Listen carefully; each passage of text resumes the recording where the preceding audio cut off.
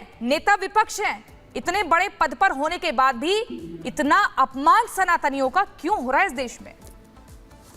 प्रियंका जी, जब कई बार मैं राहुल जी पर बोलता हूं तो मुझे लगता है हम लोग अपना टाइम बर्बाद कर रहे हैं। ठीक है, एक गीता में एक श्लोक कहा गया, रूपम धन संपत्ति रूप यौनम धन संपत्ति प्रभुत्तम अविवेकता एकैर्थ नाशाय किम यत्र चतुष्टयम। किसी व्यक्ति को ना रूप अच्छा मिल जाए, संपत्ति मिल जाए, प्रभुता मिल जाए और उसके अंदर विवेक ना हो, बुद्धि ना हो अगर ना, तो सब कुछ नष्ट कर डालता है। और वही हाल है राहुल गांधी जी। प्रॉब्लम यह है कि उनको एक ऐसे परिवार में कारणवश उनका जन्म हो गया जहां उनको सारी चीजें अपने आप प्राप्त हो गई, है ना।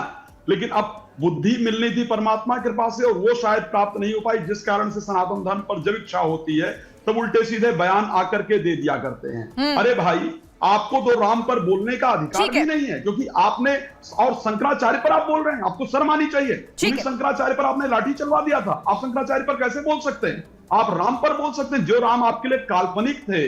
और इतने कमरों में से किस कमरे में राम का जन्म हुआ? शशि वो तो तपस्वियों के लिए भी कहते हैं कि देश तपस्वियों का है, पुजारियों का नहीं, यानी कि पुजारियों का कोई महत्व नहीं है। प्रियंका जी, मैं रिक्वेस्ट करूंगा, मुझे थोड़ा समय और दिया जाए। मैं जो पूजन नाच गाना की बात कर रहे थे, अगर उनको वास्तविक बुद्धि होती और इन कांग्रेसियों की पूजा की थोड़ी भी पहचान जानकारी होती तो इस प्रकार की चर्चा नहीं करते। पूजा 3 प्रकार से होती है, प्रथम पूजा, मध्यम पूजा और उत्तर पूजा। उत्तर पूजा में नियम ही है कि प्रथम पूजा तैयारी, मध्यम पूजा जो वैदिक नियम है और उत्तम पूजा में भगवान के सामने नृत्य करना चाहिए, भजन कीर्तन करना चाहिए। और उसको आज भी लोग करते हैं। महंत राजू दास जी, मीडिया भी वहां पर पहुंची थी, हम भी गए थे, वो तो मीडिया पर भी सवाल उठा रहे कि हाय हाय कर रही थी वहां पर, तो सब तस्वीरें दिखा रहे थे ना कि देखिए भव्य मंदिर बनकर तैयार है, कौन कौन यहाँ पर पहुंचा वो दिखाया जा रहा था। मीडिया पर भी सवाल।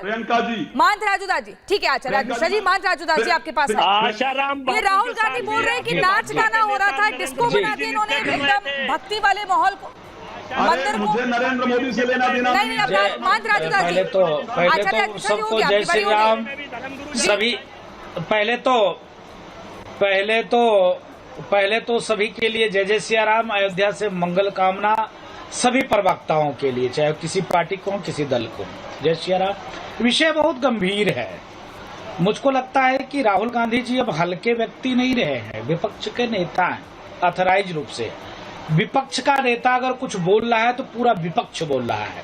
विषय ये है, 500 वर्ष के संघर्ष के बाद लाखों राम भक्तों ने प्राणों की आहुति दिया, त्याग किया, तपस्या किया, संघर्ष किया और डे टू डे हम मुकदमा लड़े, जबकि विपक्ष नहीं चाहता था।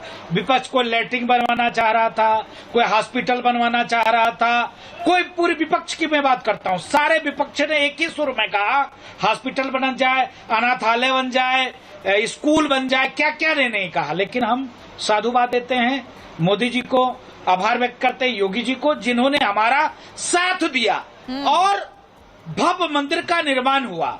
अभी एक कांग्रेस के नेता बोल रहे थे, वहां सनातन परंपरा में शंकराचार्य जी का विशेष महत्व है। मैं भी मानता हूं विशेष महत्व है, लेकिन 5000 हमारे वैष्णव संत बैठे थे। क्या 5 के 5000 बेवकूफ थे क्या? मैं पूछना चाहता हूं, कई हजार वहां मजदूर बैठे थे, क्या वो बेवकूफ थे? क्या बैठे थे?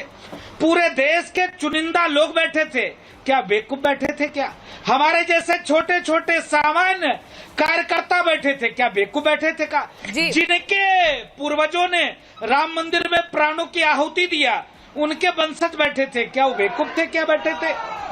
इस प्रकार से अपमान करना, बार बार अपमान करना, लगातार अपमान करना, अजय वर्मा जी फिर तारिक खान के पास जाएंगे। अजय वर्मा जी कांग्रेस के नेता हैं, जरा बताइए कि वहां पर आप देखिए 5000 जो है साधु संत बैठे थे, मजदूर बैठे थे, समाज का हर तबका बैठा हुआ था।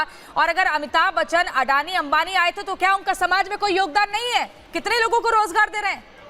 उनको बुलाना कोई बड़ा पाप हो गया? जी। समाज में योगदान है ना, तो बुलाया है। और जी, नाच गाना डिस्को आराम से मैडम, आराम से मैं बोल रहा हूँ, बोलिए आराम से। थोड़ी आवाज आपकी या तो तेज आ रही है या तेज है। महंत राजू गुरुजी नमस्कार। मेरी आवाज आ रही है जय मैडम? श्री राम, बोलिए, जय आवाज श्री आ रही है राम। आपकी। कैसे हैं? अच्छे हैं आप? मैं खूब आशीर्वाद, खूब आशीर्वाद आपको। बोलिए बोलिए अजय वर्मा, बढ़िया बोलिए। बढ़िया। जी मैडम, मैं ये बताना चाह रहा हूँ कि एक तो पूरे देश ने देखा कि अधूरे मंदिर का निर्माण, उसका वो किया गया था प्राण प्रतिष्ठा। एक आपने देखा कि बिना पत्नी के वहाँ महिलाओं के भगवान श्री राम ने भी सोने की सीता बनवाई थी, और चारों शंकराचार्यों को अपमान, उनके तो वीडियो भी पूरे देश में थे। ठीक है, आप 500 लोग बुलाइए, 5000 बुलाइए, तो नरेंद्र मोदी जी का वो है, लेकिन भगवान राम और पूजा का जो महत्व होता है उसे विधि विधान से करना चाहिए। अभी वो दूसरे हमारे स्वामी जी कह रहे थे कि साहब वो भगवान की उसमें नृत्य होना चाहिए, तो नृत्य तो संत आसाराम बापू भी कर रहे थे, वहां मोदी जी नाच रहे थे उनके साथ, और फिर क्या हुआ था पूरे देश में देखा, बलात्कार के मामले में वो जेल गए। ऐसे व्यभिचारी संतों के साथ जिस तरह के जो लोग होते हैं, कांग्रेस के नेता है, इसका मतलब ये नहीं कि जो मर्जी आप बोलोगे। नहीं, गलत बात हो रही है, पता नहीं कांग्रेस का नेता है, इसका मतलब थोड़ा नहीं राम मंदिर की ओर संतों का ऐसा अपमान करोगे? आपने बीड़ा उठा लिया है, उन्हें बीड़ा उठा लिया मैं आवाज आपकी डाउन करवा दूं एक-एक करके। यहाँ हल्ला क्यों? दिखा दिया जाए, आपने बीड़ा उठा लिया, आपको सत्य का आईना दिखा दिया जाए। आपने बीड़ा उठा लिया कि हम इस्लाम धर्म स्वीकार ही कर लेंगे। अरे तुम इस्लाम धर्म स्वीकार कर लो, तुम ईसाई धर्म स्वीकार कर लो, लेकिन इसका मतलब ये नहीं कि जो जी में आओगे जिससे बुरा लगे वो सामने से हट जाए, जिससे बुरा लगे वो सामने से हट जाए। देखिए, ये चैनल 4+2 का है, एक एंकर मीडिया और 3 ये 4+2 मैं और समाजवादी, हम लोग राम भक्त है रहेंगे। राम हमारे मन में है, हमें सर्टिफिकेट ना दें, कब पूजा करें, कैसे करें, हमें नकली हिंदू और नकली हमें क्या करना है, कैसे करना है, हम अपनी पूजा पाठ सभी।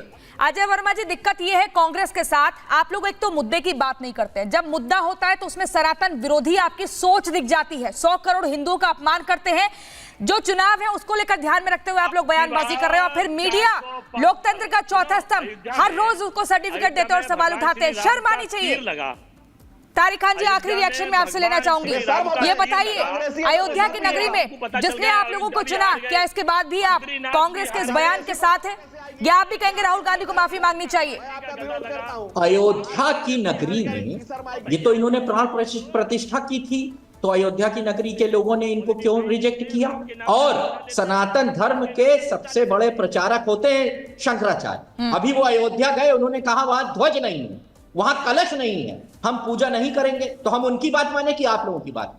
या तो ये कह दीजिए कि शंकराचार्य कम जानते हैं, हम मान लें, लेकिन हमने जो सुना कि सनातन धर्म के सबसे बड़े प्रचारक, सबसे बड़े ज्ञानी, विधि विधानों को बताने वाले शंकराचार्य होते हैं, ये बात उन्होंने कही, हमने सुना। वो अयोध्या गए और उन्होंने प्राण प्रतिष्ठा नहीं की। सुना? आप एक सेकंड, 5 सेकंड लूंगा, 5 सेकंड।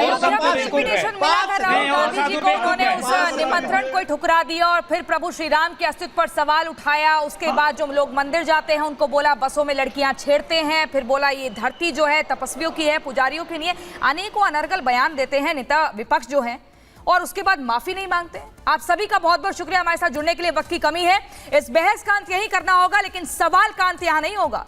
सवाल यही कि राहुल गांधी अपने बयान के लिए कब माफी मांगेंगे, कब तक सनातनियों को कटघरे में खड़ा करेंगे और उनकी भक्ति को लेकर सवाल उठाएंगे, क्योंकि जहां प्राण प्रतिष्ठा का कार्यक्रम हो रहा था वहां नाच गाना